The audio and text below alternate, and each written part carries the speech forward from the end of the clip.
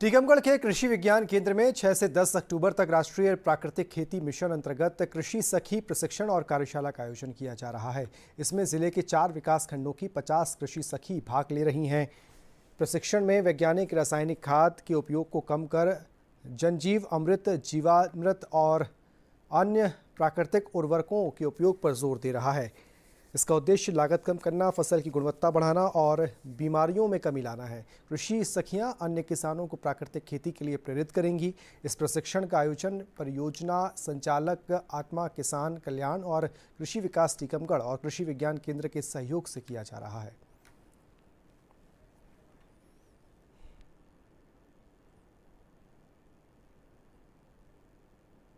हम यहाँ पर कृषि सखी का प्रशिक्षण लेने आए हैं। प्राकृतिक खेती का कृषि सखी के पद पर कार्यरत हैं।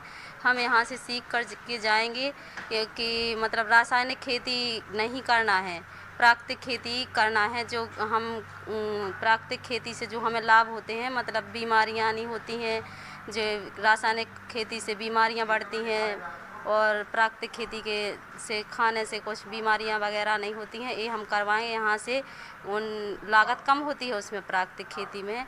रासायनिक खेती में ज़्यादा लागत होती है। हम अपने घर पर भी करेंगे और हम 125 किसानों से भी करवाएंगे गांव में। और मुझे इसमें ये लाभ है सर कि हम जो भी खाद मोल लेते हैं, जैसे यूरिया लेते हैं, DAP लेते हैं, उसके हमें पैसे नहीं लगेंगे। वो हम घर पर बनाएंगे।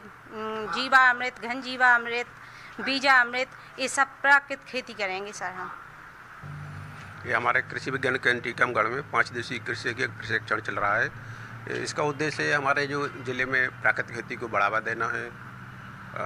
कुछ लोग छोटे स्तर पर कर रहे हैं, पर इसको सखियों के माध्यम से प्रशिक्षण दे करके इसको और लंबे स्केल पर इसको बढ़ाया जाना है।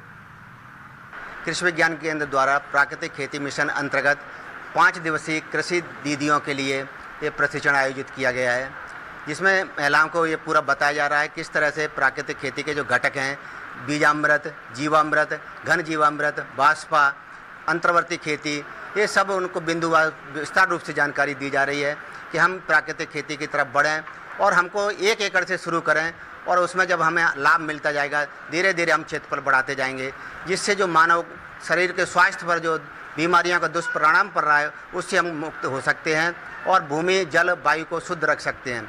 साथ साथ प्राकृतिक खेती का जो उत्पाद होगा वह अच्छा रेट मिलेगा, किसान को लाभ प्राप्त होगा और खेती की लागत घटेगी। वक्त एक और ब्रेक का है, जल्द लौट रहे हैं।